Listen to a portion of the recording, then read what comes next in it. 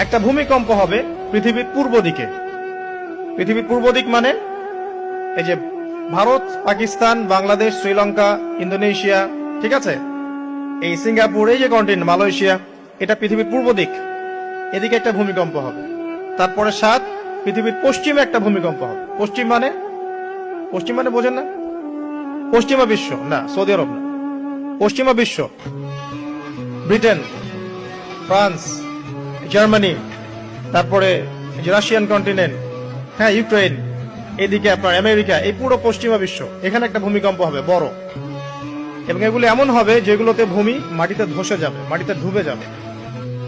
ভূমিকম্প না, ভূমিধস।